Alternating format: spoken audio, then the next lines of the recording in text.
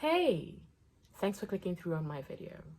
Now in this video, I'll be talking about shame, low self-esteem, and childhood trauma. I'll tell some of my stories, I'll link it to some lessons that I've learned, and I will probably give some tips on how to deal with it the way I did. I share experiences. This is a conversation with me, and hopefully at some point with you in the future. This is my first YouTube video, so bear with me if I don't sound like the professionals, okay? Okay, so let me set the premise, right? I am 11 years old. I just got back from the UK into Nigeria and I'm living with my mother. I haven't seen my mother in about 3 years. So this is the first time as a more aware child that I am living with my mother. Full time, just her, without my father, okay? I come home from school and in Nigeria, we have this thing where there's load shedding. It is a problem, right? I could be talking to you right now if I was in Nigeria and all the lights would go off. Yeah, the electricity is not enough for everyone. So that happens. So anyway, I get back from school. It's getting dark. There's no electricity. There's no light. So everywhere's dark. My mom comes back from work and she walks into the house. And normally we used to use candles. We didn't have any generators. We didn't have any petrol. We didn't have any safety hazards. So we used to use candles at home. Then if they give light, you blow out the candles, you're fine. So she came home and where she keeps her matchbox next to the candle, I think I had moved the matchbox or someone else had moved the matchbox in the house and she couldn't find it. And she was upset. Now, when I was younger, I didn't understand why she was always so upset about these things not being in the right place. But as I grew up and as I began to understand her need for that kind of perfection, I understood that for her, it was from a place of trauma for her. Basically, the country traumatizing her, okay? The country had traumatized her. So what she liked to do was to keep things together. If she needed to use it, it would be together in a place where she knew it would be. If you move it and she doesn't know where it is, she can't use it when she needs it. So that was her need for perfection that I kind of picked up as I lived with her. But that, I would say, is my first real memory of the need for perfection. Perfectionistic tendencies. A lot of people will tell you, if you ever get to meet them, if people that know me, that I am a stickler for things being the way they are. For me, exact means perfection, right? I don't have this idea that perfection is something that is infallible or indestructible or can never change. Perfection relates to my experiences and my perspective. And so perfection for me is exactly the way it's meant to be from my head, exactly where it's meant to be. That was my first interaction with perfectionism with my mother, right? With the need to be perfect. And as I grew older, I understood that it came from a place of trauma because she lived a very different life to the one I was living with her. She lived a different life with her parents. I would say it was lovingly chaotic. Things weren't always where they were meant to be. She always liked things clean and in good condition and in the right place. But it never seemed to be that way. And so she grew up needing to just be able to control these things that she could control because other things outside of her sphere of control, she couldn't control them. Like the country load shedding every 5 minutes. But what she could control was the candle and the matchbox in the right place where she needed it, right? And so basically that story led me, that incident led me to understanding her need to have things where they were and why I also now like things to be where they are, right? I like things to be in particular places, but I have had to learn to allow other people to be around me and to allow things to not always be where they're meant to be in my head. Because again, my perception is not necessarily the perception that someone else will have. It really isn't, right? I can hope that I can explain my perception and other people will be like, oh, I agree with that. And we can work towards creating that or having that in our little sphere. But to say that I want everyone to be that way is far-fetched. It is diabolical. It's not great. It's not what I would ever want to do. It's colonial. That's not what I do. That's not what I do. So I feel like her need for perfection kind of created a shame in me, right? An embarrassment. And I don't think she meant to create it. But also, it wasn't just her. I am just citing one example of what she did that ripple effect my need for perfection, ripple effect my shame. Like, I don't like to be embarrassed. I don't like to be ashamed. And so I like to control things.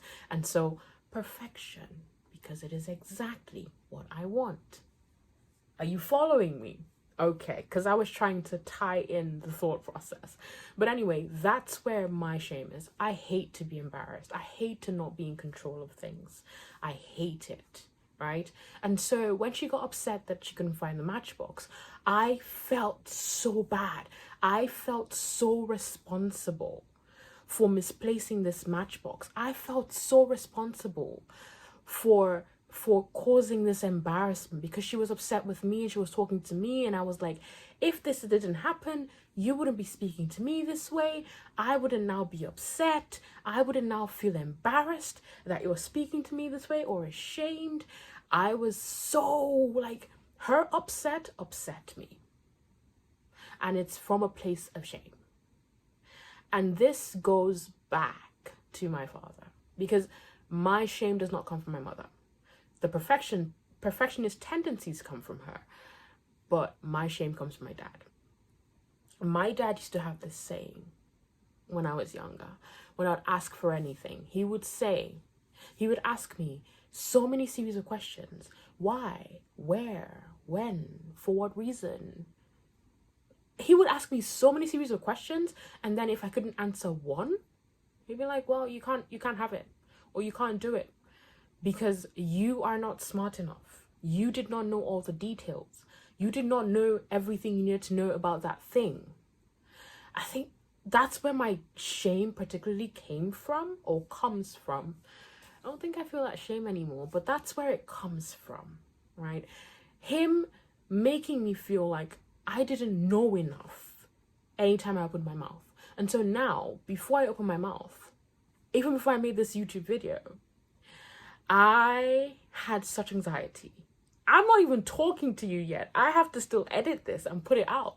But I had such anxiety. I was like, because I'm not sure if I have all the information. I'm not sure if I can do this. I'm not sure if, this is the right topic. It's going to reach the right person. And it comes from a place of shame, of embarrassment, of not wanting to be wrong, of not wanting to be disgraced. It's not so bad anymore, but it used to be, And I'm giving an example from my parents because they, to me, were the two people who set my life in motion, right? Their experiences informed my experiences before I was aware enough to leave home and make friends and travel the world and do all these things that I'm doing. They were my people. So their trauma, their experiences, it formed me. So the tie-in with the perfectionistic tendencies comes from my shame, but it could also come from low self-esteem. Now, that's something that I didn't particularly feel as a person, but I know people who have. And it is debilitating because there is nothing anyone else can say to them. There's nothing I can say to them that'll make them feel better for a long period of time. Like, unless I constantly keep telling them over and over and over again that they are good, they are better, they're okay, they're fine, even then, if they choose not to believe me, there's nothing I can do, right? People that have low self-esteem, the example I've given from my parents, it's from a place, it's from a foundation, it's from a person, a group of people that were supposed to have your back, that were supposed to share their own experiences with you. I mean, sometimes, most times, parents share their trauma as well, but it was supposed to inform you, right, and build you up. But in some ways, that foundation wasn't there. Those parents weren't there. Those friends weren't there. Society wasn't there. And nobody was there to give you that boost you needed from when you first came into the world. Or it could be that something happened along the lines while you were growing up that caused your self-esteem to like rapidly decline. But here's the thing I want to say, right? Even without all these things, as far as you're still here, as far as you've chosen to keep going, to wake up in the morning, to watch this video, to keep doing you, as far as you're still here, then you can do something about it. Because the mind likes to play tricks on us. When my mother came home and was upset about the matchbox, it wasn't my fault. She was upset and frustrated from work, from working with people that were, I don't want to use the word, but they were not great. From working in society that wasn't working for her, that wasn't working with her, that wasn't helping her in any way. Coming home to do a simple task. The frustration was not about me, right? The trauma was not about me, it was about her. She was upset. But in that moment, I took it and I was like, why are you embarrassing me? Why are you upset? And as I grew up, I realized not every time is everything about you. That's the thing with self-esteem. We always walk around feeling like it's about us, right? People are watching us, they're judging us, I promise you, in this society, people are trying to mind their business unless you put yourself in their view, like I'm doing now on YouTube, where they can judge you and they can say vile things and they can say wonderful things as well.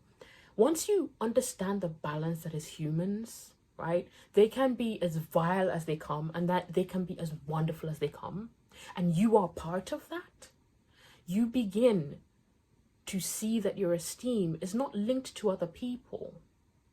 It is you. Because those people that were meant to be there for you, the foundation, they weren't there or something went wrong, doesn't mean you can't start now to build it. You can. The way I did when I started this video, my breathing exercises, I was like, my heart is still pounding right now, but I'm still speaking to you. Whether I get 1 view or 200 or 20, I'm still gonna make these videos because it's what I want to do. Whether you send vile comments or great comments, I'm still going to keep going because this is what I want to do. And that is how I built my self-esteem. I'm lucky that I had parents that, despite their trauma, they were able to tell me that you were not trash, right? You are the best of the best. You keep going, you keep doing, you do not give up. There are other people that will be better than you out there, other people that will be worse than you. You mind your business, stay on your lane, do what you're doing, make friends. They helped me to be a well-rounded person despite their flaws, despite their traumas, right? But even without them now, as I'm an adult, I keep going. And that's the thing about having low self-esteem. You need to work on it every day. Every day. It might be something as little as telling yourself that today I'm just going to breathe all day. Today, I don't care what anyone says. Today, I am going to not listen to anyone. You need to train your mind to begin to see yourself as what you've always wanted to be. And if you don't have that image, create one. Create one. Childhood trauma is debilitating. It informs every other thing in our life. See, this life is not disconnected. Everything is connected to it. Everything, your thoughts, your words, your actions, the way your body reacts to things, it's all connected. And what I just described as your body happens to everyone else. And then we ride as society. We ride as society. I hope I've made sense in this video, because I feel like I've been up and down. I wanted this to be a form of motivation for whoever's watching, right? For you that's watching. I wanted this to be a form of motivation. I wanted to share a story with you that was personal. And I want you to share it with me as well. If you wish, in the comments, share a story with me. And I'll get to share your story on here as well, if you want to, right? It's really important that we have conversations with people that care about us, even if they don't know us, but they care. Even if they don't see us, but they care.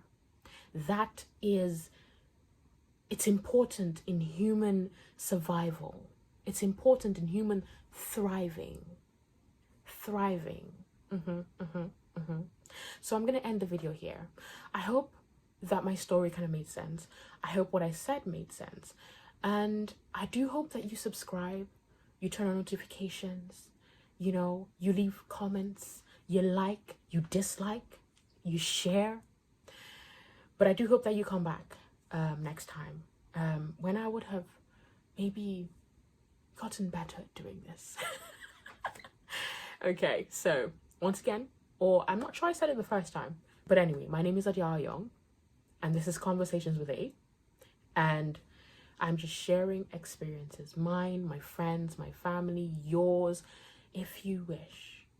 All right? So, until next time, Sosongo, have a great day.